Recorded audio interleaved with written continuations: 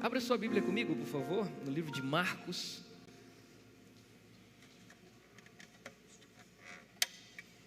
Já deixa o texto reservado aí, se você tem alguma fitinha vermelha na sua Bíblia, provavelmente como tem a minha, já deixa marcadinho, vamos ler daqui a pouquinho um texto de Marcos capítulo 14.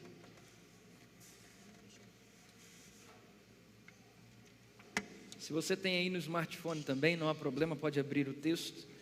Em Marcos 14, verso 27 em diante. Meu texto já está aqui marcado. Eu quero te convidar a orar mais uma vez. Como nós estamos, feche seus olhos, vamos falar com Deus. Senhor soberano, nosso Deus, nós estamos com a Tua palavra aberta agora. Mas não queremos apenas que a Tua palavra esteja aberta, senão também o nosso coração. Para que essa Tua palavra encontre morada aqui, dentro de nós. E consiga fazer a transformação necessária pela qual o Senhor nos trouxe aqui hoje. Não cremos que viemos aqui por um acaso. Foi o Senhor quem preparou esse momento e esse encontro que vamos ter contigo. Portanto, ó Deus, que as nossas expectativas de termos o encontro com o Senhor, que elas sejam totalmente recebidas e que elas sejam também, ó Deus, colocadas em seus devidos lugares e que saiamos daqui preenchidos pela Tua palavra, é o que oramos por Jesus. Amém. Eu não sei se você tem a mesma sensação que eu, ou às vezes a mesma lamentação que eu. Aquela sensação de que tem alguém faltando aqui. Talvez você olhe para trás, para a história da nossa comunidade, talvez você olhe para trás, para a tua história como um cristão, como alguém que frequenta uma comunidade cristã, como alguém que tem vindo aqui há algum tempo e sente falta de alguém com você aqui. Alguém que alguns anos atrás viveu momentos felizes com você aqui, alguém que foi para alguma ação social com você, alguém que foi batizado há algum tempo atrás e não se encontra mais aqui, já não vem há algum tempo. É triste a gente conseguir pensar e imaginar que isso não acontece do dia para a noite. E de que a pessoa, a ponto de chegar à apostasia, e aproveito para abrir um parênteses para explicar o que é apostasia. Apostasia, para quem não está habituado com essa expressão, apostasia nada mais é do que uma pessoa que abertamente decidiu estar longe de Jesus. Aquela pessoa que de fato disse assim: não quero saber mais de igreja, de Deus, de comunidades religiosas, estou fora. Isso se caracteriza como uma apostasia. E o triste é saber que essa apostasia, até alguém chegar no ponto de uma apostasia, não é do dia para a noite, não acontece do nada. Ninguém pode dizer para o outro, falando assim: olha, fulano saiu da igreja, mas foi tão do nada. Não foi. A pessoa deu sinais. E hoje eu quero conversar um pouquinho com você sobre os passos rumo à queda. Pastor, para que a gente tem que saber dessas coisas? Primeiro, eu preciso saber quais são os passos rumo à queda para eu evitar que mais pessoas se percam. Pessoas que hoje estão aqui comigo. Porque geralmente elas vão dar sinais. Mas sobretudo, acima dessa primeira perspectiva, é para que você e eu estejamos atentos, porque talvez esses sinais também já estejam ocorrendo na minha vida, na sua vida. E hoje eu quero mostrar pelo menos 4 desses passos. E eu quero me basear na história de um personagem que provavelmente já tenha me ouvido falar algumas vezes sobre ele. E é um personagem pelo qual eu me identifico demais, sabe por quê? Porque ele é um personagem, acima de qualquer coisa, muito humano. Ele não é um super-homem como você vê às vezes a história de José, Enoque, que são homens que a Bíblia não trazem nenhum erro sequer deles, pelo menos escrito. É claro que a vida deles, com certeza teve algum erro, porque todos somos pecadores e precisamos de Deus. Carecemos da glória de Deus, diz a Bíblia. Mas a Bíblia não traz nenhum erro de José, de Enoque. Eu olho para a vida deles e, apesar de achar muito lindo, eu não me identifico nem um pouco, porque eu não sou assim. A minha vida é cheia de altos e baixos na vida espiritual. A minha vida é cheia de quedas e levanta de novo e cai outra vez e levanta outra vez. Eu me identifico com esses tipos de personagens na Bíblia. E é claro que para falar de alguém assim, cheio de altos e baixos, eu preciso falar de Pedro. Pedro foi esse cara. Quer ver só? Você vai se lembrar de um momento em que Jesus indagava aos discípulos o seguinte: olha, eu preciso que vocês me digam o que o povo aí fora fala e pensa sobre mim. Não é que Jesus era um popstar e queria saber como é que estava o nome dele nas hashtags, se ele estava em alta, se ele estava em baixa, não era bem isso. É porque ele queria saber qual era a sensação que o povo tinha em relação a ele ser filho de Deus ou não. Se o povo já tinha compreendido e entendido isso ou não. Era isso que ele queria saber. Os discípulos começaram a dar a seguinte resposta: bom, tem gente que fala que o Senhor é Elias, uma nova versão de Elias, tem gente que diz que o Senhor é um profeta, enfim, falam várias coisas aí, mas filho de Deus está meio distante. E aí Jesus pergunta para eles: e vocês? O que vocês dizem que eu sou? E essa pergunta, quando eu transfiro para mim é uma pergunta muito tocante, porque para mim, o que Jesus é para mim? Ele é amigo, ele é pai, salvador, enfim, mas eu preciso ter uma resposta, porque isso mostra muito da minha experiência pessoal com Jesus. Porque tem gente que é muito genérico quando responde essa pergunta: o que Jesus é para você? Jesus é tudo. Tudo é muito genérico. Qual a especificidade da experiência que você tem com Jesus? Para mim ele é um amigo. Pastor, para mim ele é um alívio. Quando eu choro eu vou para ele. É esse tipo de coisa específica que às vezes falta um pouquinho na nossa experiência com Jesus. E Jesus perguntou para os discípulos: e vocês? O que vocês dizem que eu sou? Quem é o primeiro a pular na frente dos outros discípulos e dizer: eu tenho uma resposta? Pedro, como sempre. Vocês se lembram? Jesus andando sobre as águas. Quem é o primeiro a pular do barco? Pedro. Sempre, Pedro era muito solícito. Era uma boa característica. Só que Pedro, ele tinha uma característica também, que era a característica daquele que bajula muito o mestre. Tem uma expressão popular por aí que é muito feia, não preciso dizer qual é. Mas Pedro tinha disso também. E Pedro sempre pulava na frente para dar as respostas, ele queria sempre chamar a atenção. Quantas vezes devo perdoar o meu próximo? 7 vezes, Senhor. Jesus diz: não, 70 vezes 7. Ele sempre, assim, não vou dizer sempre, mas quase sempre ele dava com os burros na água nas respostas que ele dava. O sinal burros na água é uma expressão bem de velho, né? Estou ficando velho. Mas Pedro, ele sempre quebrava a cara quando ele tentava dar uma resposta. E lá vinha ele agora para dar uma resposta de novo. Quem vocês dizem que eu sou? Aí Pedro responde: tu és o Cristo, o Filho do Deus vivo. Muito bem, Pedro, Jesus disse. Porque quem te revelou isso não foi carne nem sangue, não foi um homem que te disse isso. Quem te revelou isso foi o próprio Pai. Amém. Veja, nessa cena, Pedro está sendo usado por Deus, certo? Cena seguinte: não passaram nem 10 minutos. Cena seguinte: mas eu preciso dizer a vocês, Jesus dizia, eu preciso dizer a vocês que vão me prender, vão me trair, vocês vão se escandalizar, vocês vão fugir. O que Pedro responde? Não, Senhor, ninguém pode te pegar aqui não. Esse negócio de te matar, para com essa conversa, isso não vai acontecer. Na cena seguinte, Jesus olha para ele e fala assim: aparta de mim, Satanás. O mesmo tinha sido usado por Deus, foi usado por Satanás 10 minutos depois. Você consegue compreender quem era Pedro? Altos e baixos. Esse era Pedro. E Pedro, você conhece a história? Ele negou a Jesus quantas vezes? Ele apostatou, de verdade. Ele falou publicamente: eu não sigo esse cara, sei nem quem é. Como diz um personagem conhecido da cultura altamirense, nunca nem vi. Não sei quem é. Apostatou de verdade. Como que ele chegou até lá? A apostasia de Pedro não começa ali naquele momento que ele está em volta da fogueira, no sinédrio. Não foi ali, foi antes. E eu queria te levar para esse texto agora, vamos lá. Marcos 14, verso 27. Nós vamos ler do 27 em diante. Olha quando tudo começa. Verso 27, a Bíblia diz assim: então lhes disse Jesus: todos vós vos escandalizareis, porque está escrito: Ferirei o pastor e as ovelhas ficarão dispersas.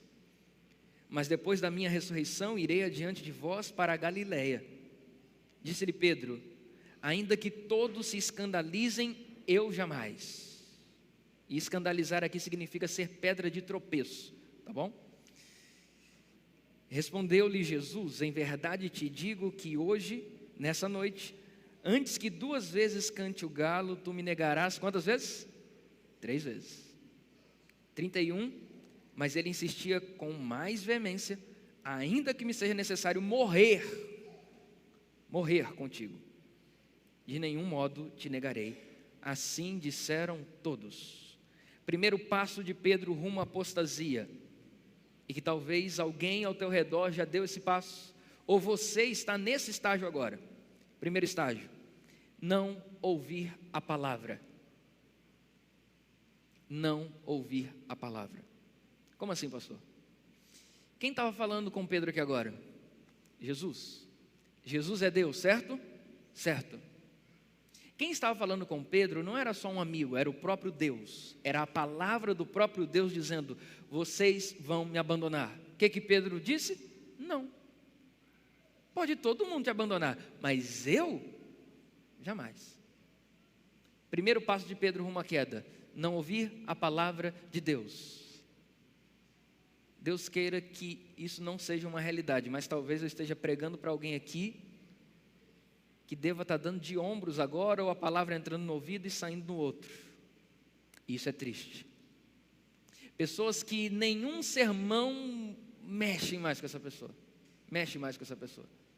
Nenhum sermão é capaz de tocar. Ela vem na igreja, ouve música, ouve sermão, volta para casa do mesmo jeito. A palavra de Deus não é mais suficiente. Não toca mais. Vai para casa, aí o pastor vai fazer uma visita e diz assim: pega lá a tua Bíblia, vamos ler um texto bíblico. A pessoa não sabe onde nem está a Bíblia em casa. Ela já nem traz mais a Bíblia para a igreja porque já lê no celular. E eu não vejo problemas em ler no celular. Não há problema nenhum. O problema é você não saber onde está a sua Bíblia mais na sua casa. Esse é o grande problema. A pessoa não tem mais intimidade com a palavra de Deus. E a palavra de Deus é pão diário. A palavra de Deus precisa ser o nosso arroz com feijão. Ou para alguns deveria ser o açaí com farinha de todo dia.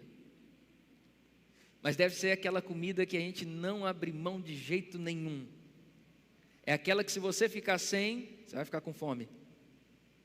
E tem muita gente que às vezes costuma endossar dizendo assim: mas pastor, eu li a Bíblia ontem, eu li antes de ontem, eu ouvi na igreja, já está o suficiente. Nada substitui a tua comunhão pessoal com Deus, diz Ellen White. Repetindo, nada substitui a tua comunhão pessoal com Deus, nada. Nada te fortalece mais. Pessoas que não mais ouvem a palavra de Deus estão morrendo de inanição espiritual, fome espiritual. Uma pessoa que passa alguns dias sem comer, o corpo começa a padecer. Alguns meses, provavelmente a pessoa vai morrer. Mas só que espiritualmente falando, uma pessoa que passou um dia sem se alimentar da palavra de Deus, já pode ir se considerando uma pessoa que está rumo à morte espiritual. A palavra de Deus não te alimenta mais, não toca mais você. E aí é o primeiro passo que Pedro deu rumo à queda. Não ouviu mais a palavra de Deus. Era o próprio Jesus falando com ele. Segundo passo de Pedro rumo à queda espiritual: dizer que ama, mas é da boca para fora. No final do discurso, você percebeu o que Pedro falou? Ele insistia veementemente e dizia: ainda que seja necessário morrer pelo Senhor, eu farei. Eu morro pelo Senhor. Logo em seguida, Jesus foi preso. Pedro puxou uma espada, cortou a orelha de um soldado péssimo de mira. Ele queria acertar o meio da cabeça, mas errou. Não sabia utilizar espadas. Jesus olhou para Pedro e falou: que é isso aqui, Pedro? Espera aí. Pegou a orelha do soldado, soprou, porque provavelmente tinha terra, colocou de volta no lugar, e Pedro fugiu. Logo na frente, Pedro está dizendo: eu não conheço esse cara, eu nem sei quem ele é. Não, mas você fala que nem ele, anda que nem ele. Eu não sei quem é Jesus. Ora, cadê o Pedro que morreria por Jesus? E às vezes é a mesma pergunta que o céu faz para mim e para você: cadê o fulano que na hora do louvor levantou a mão e dizia, eu te amo, ó Deus? Cadê aquele que quando nós cantamos aquela música, sim, eu amo a mensagem da cruz, até morrer, repito, até morrer eu a vou proclamar. Cadê? Aquele que prometeu, cantando a plenos pulmões, que até morrer ele iria proclamar a mensagem da cruz. Mas quando o pessoal marca uma ação social para 3 da tarde, está muito quente essa hora, não vou. Vai outra pessoa, tenho certeza, não precisa da minha presença lá. Quando alguém te convoca para vir servir num ministério, você pensa, não, é muito mais confortável vir aqui, sentar, ouvir e ir embora para casa do que ficar fazendo coisas. Cadê aquele amor que a gente costuma dizer da boca para fora muitas vezes? A Bíblia diz no Antigo Testamento 2 vezes, esse mesmo texto: este povo me honra com seus lábios, mas o seu coração está distante de mim. Grande perigo. Repito aquilo que eu disse no começo: muita gente que esteve do teu lado e hoje não está mais, algum momento viveu esse estágio de cantar, mas na hora do vamos ver, você não via essa pessoa. De dizer que amava Jesus, fazia juras de amor a Cristo, mas na hora do vamos ver, essa pessoa nunca aparecia. Agora o mais perigoso, sabe o que é? É sentir que isso está acontecendo comigo. Se isso estiver começando a acontecer comigo, é a hora de abrir o olho. 2 passos. Pedro já havia dado em um discurso apenas 2 passos rumo à queda. Primeiro, não ouvir a palavra de Deus. Segundo, dizer que amava, mas da boca para fora. Terceiro, já não acontece mais na cena que lemos aqui. A cena é a seguinte: porque essa cena aqui é a cena do jantar, Jesus com os discípulos, a última ceia, e aí Jesus vai com os discípulos para o Monte das Oliveiras. Você se lembra dessa cena? Lá no Monte das Oliveiras, Jesus orava, suava gotas de sangue devido à angústia. Plenamente possível acontecer isso, cientificamente falando até. Uma pessoa sob uma angústia tão grande, isso acaba acontecendo. Mas só que tem que ser uma situação muito extrema. E Jesus passou por isso ali no Monte das Oliveiras. Ele orava e dizia para os discípulos: vocês podem me ajudar em oração também? Os discípulos: não, tá bom, nós vamos orar. Jesus virava as costas, estavam lá os discípulos, olha, orando, orando. Aí Jesus abria os olhos, quando olhava para o lado, o que os discípulos estavam fazendo? Dormindo. Aí Jesus ia lá: gente, eu não posso contar com vocês? Não, Jesus, vamos orar agora. Aí orava. Quando Jesus abriu os olhos de novo, dormindo. E Pedro estava lá. Sabe qual foi o problema de Pedro? Esse é o terceiro passo. É não se atentar para o momento em que nós estamos vivendo. Se você pergunta para o Pedro de 3 dias depois: Pedro, você se arrepende de alguma coisa que aconteceu nos últimos dias? Ele ia dizer provavelmente da negação e tudo mais, mas uma das cenas que ele se arrependeria seria essa: se eu soubesse que aqueles seriam os meus últimos momentos com Jesus, eu teria aproveitado melhor para estar em oração com Ele. Eu não entendi o momento que eu estava vivendo. Pedro não estava entendendo, eram os últimos dias dele com Jesus, últimas horas dele com Jesus, com o seu mestre, e ele não aproveitou bem. E aqui vai muito além de uma teoria que está se espalhando pelo mundo de carpe diem. Aproveita o aqui e o agora, aproveita o dia que você... Não é sobre isso que eu estou falando. É sobre se atentar ao momento que nós estamos vivendo da história da humanidade. Olha ao nosso redor. Há um tempo atrás, eu estava aqui ainda, o mundo ficou maluco, pandemia, o mundo vai acabar, nossa, misericórdia, o povo correndo, procurando igreja, aquele desespero, todo mundo virando religioso, falando de Deus. A pandemia abaixou, o que aconteceu? Esqueceram de Deus. A guerra agora, Ucrânia, Rússia e tal, terceira guerra mundial, e o povo de novo falando de Deus. Nem os noticiários falam tanto mais sobre a guerra, nós também não. E o desejo da busca incessante de Deus também se esfriou. Esses dias eu conversava com um amigo e ele me dizia assim: estou pedindo a minha remoção da igreja adventista. quero viver um novo momento da minha vida. Eu falei, gente, não faz sentido o que você está falando, cara. Como assim? Você está saindo da igreja? Sim, estou saindo da igreja. Mas agora? Olha o momento da história que nós estamos vivendo. Cara, Jesus está perto de voltar, você quer sair agora? É como se fosse um corredor numa maratona de 42 quilômetros. Ele correr 41 quilômetros e meio, faltando 500 metros, ele olha e fala assim, estou muito cansado, não vou seguir mais não, vou sentar aqui, não quero mais. Ora, você já correu 41 quilômetros e meio, faltando 500 metros, nem que você se arrastando você vai, mas cruza essa linha de chegada. Nós estamos muito próximos da linha de chegada, gente. Que linha de chegada é essa, pastor? A volta de Jesus. Se você não está atento ao momento da história da humanidade que nós estamos vivendo agora, provavelmente você pode se perder no caminho. Em que momento da história nós estamos vivendo? Fim dos tempos. Nós não estamos nos preparando para o fim dos tempos, nós estamos vivendo o fim dos tempos.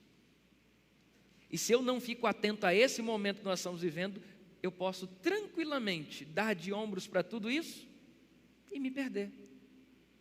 Pedro não se atentou e foi rumo à queda. E o quarto e último passo, eu te levo agora para o texto de Lucas 22. Lucas 22, versos 54 em diante. Esse foi o momento de fato quando ele nega Jesus. Lucas 22,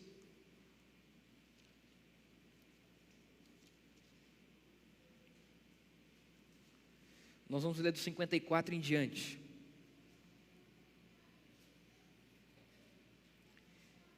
Lucas 22, verso 54 em diante, os passos que já vimos até aqui. Primeiro, não ouvir a palavra de Deus.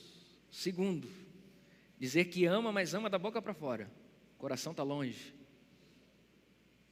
Terceiro, não se atentar ao momento que nós estamos vivendo. E quarto, vem a negação mesmo em si. Verso 54, Lucas 22, 54, a Bíblia diz assim: então, prendendo Jesus, o levaram e introduziram na casa do sumo sacerdote. Pedro o seguia de quê? De longe. O terceiro passo eu falei sobre isso. Aliás, o segundo passo eu falei sobre isso. Dizer que ama e ama da boca para fora. Você começa a seguir de longe. Você começa a não vir mais para os programas que a comunidade realiza. Os cultos da igreja não me interessam mais. Aí, vamos falar aqui dos cultos tradicionais da igreja adventista, quarta, sábado e domingo. A pessoa começa a faltar primeiro na quarta. Não, estou cansado, cheio de compromisso, isso, aquilo. Ele não vem mais na quarta. Daqui a pouco ele começa a faltar os domingos, porque não são mais atrativos. Daqui a pouquinho ele já não vem mais para a classe de estudos avançados, a escola sabatina, chega só para o segundo momento. Daqui a pouquinho ele vem um sábado sim, outro não. E quando você pisca os olhos, a pessoa não vem mais a nenhum culto da igreja. Se alguém começou a faltar os cultos na igreja, abra os olhos. Abra os olhos. Por quê, pastor? Uma pessoa, para chegar no estágio de faltar um culto, é porque as outras coisas da vida espiritual dela já estão em falta há muito tempo. Porque a pessoa pode estar sem ler a Bíblia, sem orar a Deus em casa, mas ele vem na igreja. Ele consegue ir levando isso aí com o tempo. Mas quando ele chega no estágio de começar a faltar os cultos aqui, e de maneira pública mostrar que está longe de Deus de verdade, tem algum problema. Claro, pastor, existem exceções? Existem. Pessoas adoentadas e tudo mais. Mas uma pessoa que chega no estágio de faltar um culto, é porque ela já deixou de ler a Bíblia, de orar há muito tempo. E quem não lê a Bíblia, quem não ora, a morte espiritual é certa. Abra os olhos. Se tem algum amigo, alguma amiga, alguém que você tem visto e percebido isso, vai atrás. Cuida dessa pessoa, pastoreia essa pessoa. E Pedro seguia Jesus de longe, é mais ou menos isso que algumas pessoas fazem hoje. Preferem a distância, não querem se envolver. Vem servir num ministério? Não, ainda não. Vem para um pequeno grupo? Não quero me envolver. Ele prefere seguir a Jesus de longe. E o texto segue dizendo assim, verso 55. E quando acenderam fogo no meio do pátio, E juntos se assentaram, Pedro tomou lugar entre eles. Entre mentes, uma criada, vendo assentado perto do fogo, fitando-o, disse: este também estava com ele, mas Pedro negava, dizendo: mulher, eu não conheço. Pouco depois, vendo o outro, disse: também tu és dos tais. Pedro, porém, protestava: homem, eu não sou. 59. E tendo passado cerca de 1 hora, outro afirmava, dizendo: também este verdadeiramente estava com ele, porque também é galileu. Mas Pedro insistia: homem, não compreendo o que dizes. E logo estando ele ainda a falar, cantou o galo. Então, voltando-se o Senhor, olha, Jesus passando ali na hora, fixou os olhos em Pedro. E Pedro se lembrou da palavra do Senhor, como lhe dissera: hoje 3 vezes me negarás antes de o galo cantar. Então Pedro, saindo dali, chorou amargamente. Último passo de Pedro, a negação mesmo em si. Quando Pedro chega a negar a Jesus, dizem os historiadores que a versão bíblica ela foi muito gentil e educada quando relata o que Pedro falava para aquelas pessoas. Porque na realidade, segundo alguns, Pedro provavelmente tenha falado palavrões para algumas pessoas aqui. Por quê? É para mostrar claramente: eu não tenho nada a ver com esse cara. Pedro, não é que Pedro voltou a ser quem ele era antes de conhecer Jesus, ele voltou a ser pior do que ele era antes de conhecer Jesus. A Bíblia não diz isso? Quando alguém se apostata da fé ou abandona Jesus, ela volta a ser pior. Castas de demônios, 7 vezes mais. A situação é complicadíssima quando alguém decide se afastar. Só que tem um detalhe. Você percebeu já nessa história toda de Pedro com Jesus, que lá na frente, o livro de João principalmente conta com detalhes essa história, que lá na frente, esse mesmo Pedro, esse mesmo que negou Jesus, esse mesmo que apostatou, foi dando os passos, que não ouviu a palavra de Deus, que dizia que amava da boca para fora, aquele que seguia Jesus de longe, que negou, esse mesmo Jesus, lá na frente, Jesus se encontra com ele pós-ressurreição e diz assim: Pedro, tu me amas? 3 vezes, né? E Pedro respondeu: sim, Senhor, tu sabes todas as coisas e tudo mais. E toda vez que Pedro respondia, Jesus dizia assim: pastoreia as minhas ovelhas. Espera aí, esse mesmo Pedro que negou a Jesus, Jesus agora está confiando as ovelhas a esse Pedro? Não. Porque o Pedro que temos pós-ressurreição é outro Pedro. É um Pedro transformado e mudado. Agora, pastor, o que mudou em Pedro desde o momento que ele negou a Jesus até esse momento que Jesus fala: pastoreia as minhas ovelhas? O que fez Pedro ser transformado a ponto de Jesus confiar a igreja a Pedro, as ovelhas a Pedro? O que aconteceu nesse caminho aqui? Aconteceu o que a gente leu no texto, só que às vezes passa despercebido. Jesus estava passando, e o que Jesus fez naquele momento? Olhou para Pedro, fixou os olhos em Pedro. Aquele mesmo olhar que Jesus deu em direção a Pedro, é o olhar que Jesus agora está lançando na tua direção. Porque aquele olhar não é um olhar que provavelmente muitos de nós daríamos em direção a Pedro naquela hora, dizendo assim: ei Pedro, aí ó, não te falei? Se tu tivesse me ouvido, eu te avisei, foi ou não foi? Talvez diria igual a minha esposa ama dizer para mim: eu não gosto de jogar isso na cara, mas eu te avisei. E ela fala com uma voz sarcástica que vocês nem imaginam: eu te avisei. O olhar de Jesus não era isso. O olhar de Jesus tinha uma outra mensagem. O olhar de Jesus para Pedro era um olhar redentivo, dizendo mais ou menos o seguinte: Pedro, você caiu, mas eu ainda acredito em você. Eu ainda te amo, Pedro. Você caiu, eu ainda confio em você. Hoje, eu não sei, talvez, qual estágio que você está. Se é o primeiro, segundo, terceiro. Se é não ouvir mais a palavra. Se nada mais te toca. Se é dizer que ama da boca para fora. Se é não se atentar ao momento que nós estamos vivendo.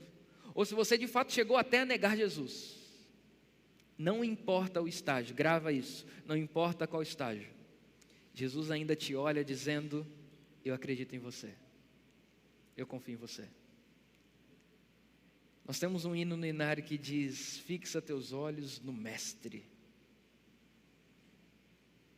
Nós somos transformados por aquilo que nós contemplamos. Aquilo que você assiste demais, uma série, um filme, uma música que você ouve muito, isso vai te transformando e te moldando conforme aquilo que você contempla bastante. Hoje o convite do céu para você é: contemple os olhos do Mestre. Olha para Jesus. Está se sentindo culpado? Olha para o Mestre. Está se sentindo mal?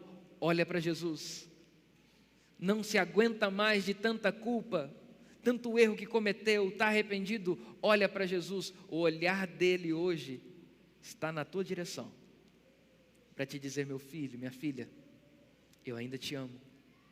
Não, mas eu fiz isso, aquilo. Eu sigo te amando. Mas Senhor, o meu pecado foi grave. Não importa. Ninguém nunca foi tão longe que Deus não possa alcançá-lo. Hoje o convite de Jesus para você é: meu filho, olha para mim, porque em mim você encontra paz, amor, conforto e perdão, que o mundo não dá, mas eu te dou. A paciência que ninguém tem com você, eu tenho. Eu te trouxe aqui hoje para isso, para te lembrar o quanto eu te amo. Você estaria disposto hoje a cruzar o olhar com o olhar de Cristo e dizer: Jesus, eu me rendo. Eu quero ser transformado por te contemplar. Eu quero ser moldado pelo teu olhar. Me ajuda a viver uma vida nova como Pedro viveu depois daquele dia. Você deseja isso? Se o seu desejo é esse, se coloque em pé. Eu quero orar com você. E eu disse: quero orar com você, não por você, porque eu também quero viver isso. Eu quero ter essa experiência agora também. Se você está disposto a isso, feche seus olhos, vamos orar juntos. Senhor, nos lançamos aos teus pés humildemente para dizer que temos falhado. Muitas pessoas se perderam, mas nós muitas vezes também nos perdemos. E hoje, Pai, humildemente, pedimos que nos perdoe, nos transforme e nos abrace outra vez. Que o teu olhar possa nos alcançar e pela contemplação sejamos transformados. Toma-nos em tuas mãos, ó Pai, e muito obrigado pelo teu amor, carinho e paciência com a gente. Perdoa todos os nossos erros e nos ajuda a recomeçar como Pedro recomeçou, pois nos entregamos diante do teu altar humildemente ao Senhor. Mais uma vez oramos por Jesus.